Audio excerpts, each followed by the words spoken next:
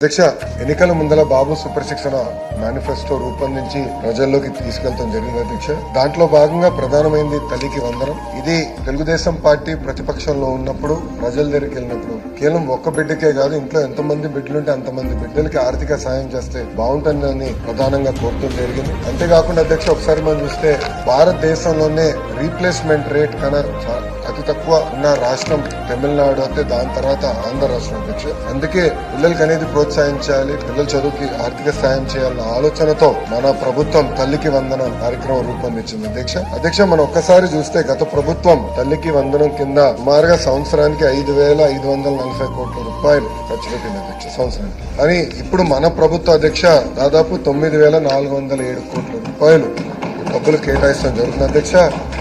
ఇది 50% ఎక్కువ అధ్యక్ష. గత ప్రభుత్వంతో పోలిస్తే 50% ఎక్కువ నిధులు మనం కేటాయిస్తాం జరుగుతుంది అధ్యక్ష. చాలా ప్రతిష్టాత్మకంగా తీసుకున్న కార్యక్రమం ఇది. ఇప్పుడే గౌరవ ముఖ్యమంత్రి గారు కూడా చాలా స్పష్టంగా చెప్పారు, మే మాసంలో తప్పనిసరిగా ఇంట్లో ఎంతమంది బిడ్డలు ఉంటే అంతమంది బిడ్డలకి 15,000 రూపాయలు మన ప్రభుత్వం అందిస్తుందని ప్రజలకి చెప్తున్నారు.